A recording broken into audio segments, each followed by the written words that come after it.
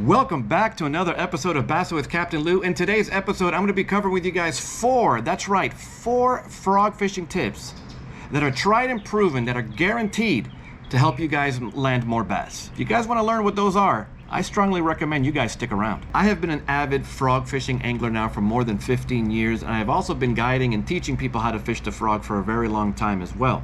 And there's four tips and four areas that I feel stand out that have helped people and have helped me become a much better angler. And the four areas that I'm going to be discussing is how to help your frog stand out. The other area is how to improve bite detection, how to disguise your fishing line, and lastly, the number one knot that I have been using for years that has helped me land very big bass and that I've never had an issue with, and I feel it's going to help you guys as well. So tip number one, how to help your frog stand out when you're frog fishing. You guys know that I love throwing the frog in slop, in or around cover or dense cover. And the number one way that I have done this, and I've discovered many years ago on how to help my frog stand out, is by inserting this right here, and that is a rattle. I use a medium-sized rattle, and all I simply do is I use a jig rattle and I insert it into the body of my frog. Now, what I'm going to do is I'm going to quickly show you guys on how to do this. It does not take a very long time to do, but you do need to be very careful. And the first thing you do is you take your rattle.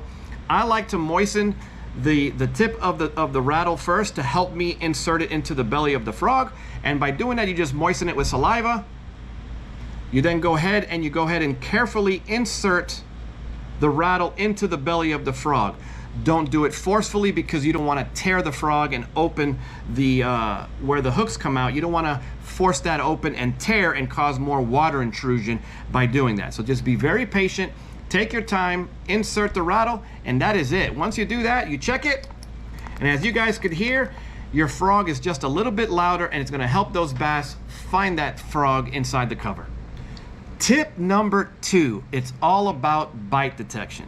And what do I mean by that? I mean, as you guys could see in a lot of my videos, when a bass decides to take a frog, I mean, it could be very explosive. Water sprays all over the place. You're trying to figure out if your frog was taken. You're trying to figure out what direction the bass is going. While all that stuff is running in your head, you lose the opportunity of sticking a very nice bass. So the number one thing that I have found over the years that has helped me tremendously is I've changed my braid color. That's right, I don't fish with any other type of fishing line but braid, and in this case I'm using 50-pound yellow braid. And as you guys could see, this braid is extremely bright. Now why is that? Now why would I throw or change to yellow braid? Reason for it is because my eyesight is not as good as it used to be, especially under very bright conditions or in low light conditions. So sometimes once I've seen that the bass has taken the frog, for me to be able to see what direction the bass is going, it's been pretty tough on those darker braids. So I have found that with yellow braid, I'm able to read the line better and see the direction of where the bass is going, which then helps me hook set properly. Tip number three, and this I came across a very long time ago as well. If you listen to me and you decided to follow tip number two, which is use yellow braid, let's face it, the line is very, very bright. Many of you may be completely turned off or apprehensive and very standoffish in switching your line to a very bright line. I'm telling you, try it, it's gonna help you. But tip number three is how to disguise your fishing line. And the way you disguise your fishing line is by utilizing a black Sharpie. Regardless of the color of braid you're using, bright yellow, red, or any other color, mind you, if you use a Sharpie, it's gonna help disguise your fishing line better. So what I do is, since I'm using yellow fishing line, I use the Sharpie to actually disguise the first 2 feet, 3 feet, 4 feet, whatever distance you feel is going to help your confidence. That's the amount of fishing line that I recommend you guys disguise with the Sharpie. In my case, is I take my Sharpie and I do mainly the first 3 feet. That helps me, that helps calm my mind down, even though I honestly don't think it affects it, but you know how things are as far as fishermen. If it gets into the back of your mind, it will affect your fishing. By taking the Sharpie and go ahead and darkening the first 3 feet of your fishing line, that's gonna help disguise your fishing line when it's inside the vegetation or if you're doing more of an open water type of application. And now on to my last tip, and that is the type of knot that I use when it comes to frog fishing. You guys have been asking me a lot lately, and I've been receiving a lot of questions lately in regards to, Lou, what knot is it that you use when you stick those bass when it comes to frog fishing. And I can tell you guys right off the bat, no, it is not the Palomar. I know a lot of people equate frog fishing and Palomar. It's funny how that goes. It's frogfish, Palomar, frogfish, Palomar. Well, I'm here to tell you I don't remotely tie the Palomar, and not that I have anything against the knot. It's just a knot that I don't tie. The number one knot that has worked for me for years, and it has close to 100% knot strength, is the fishing fool, which is the modified uni. It is a very easy knot to tie, and I'm going to go ahead and show you guys how to tie that knot now. Okay, how to tie the fishing fool or the modified uni, like I mentioned, is a very, very easy knot to tie. I'm going to go ahead and quickly show you how you guys tie that. All you basically do is you take the braid and you go right through the nose here and you go around twice. So you go once and then you go twice. And you go ahead and cinch it like so. From there, all you do is the simple uni knot. Okay? Now, as you guys can see in the B-roll, it's a very simple knot to tie, the uni knot. The key in regards to the uni knot, or what's helped me over the years, is I only do 5 turns.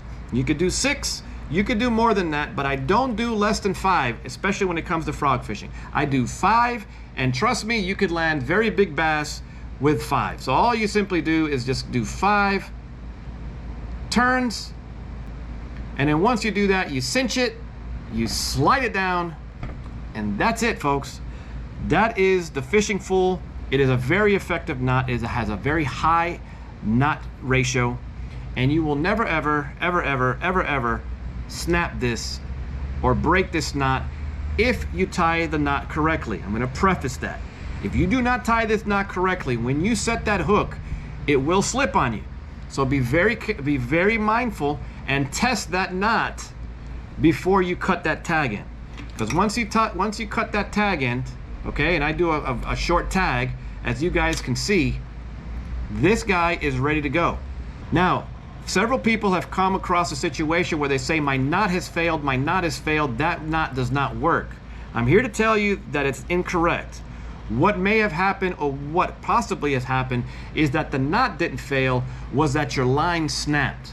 And the reason for it is because if you catch a lot of bass, okay, and you do not retie often, the roof of the bass's mouth is very rough, and especially if the bass has taken that frog deep inside its mouth, that mouth will rub on that line. And over the course of time, if you do not retie and you set that hook, it's like a saw or like sandpaper. It will grind down that knot, and at a certain point, it will snap on you on the hook set. So it may not be the knot's fault, it's just that you do not retie often. So the number one, or the extra tip that I'm going to give you guys when it comes to knot tying, even if you choose not to tie this knot and you choose to tie the Palomar, let's say for example, tie often if you're catching a lot of bass. So there you guys have it, 4 important tips that are guaranteed to help you guys catch more bass when you go out frog fishing. If you guys found this video remotely helpful, like this video, share this video, better yet, subscribe. As you guys can see, the community is growing. I appreciate you guys for watching. If you want to learn how to become better at figuring out the bass bite, or the frog bite rather, check out this video right here. You guys want to know what frog size to start off with if you're first getting started, check out this video right here. I think it's going to be helpful. I appreciate you guys for watching, and I'll see you guys again soon. Take care of yourselves.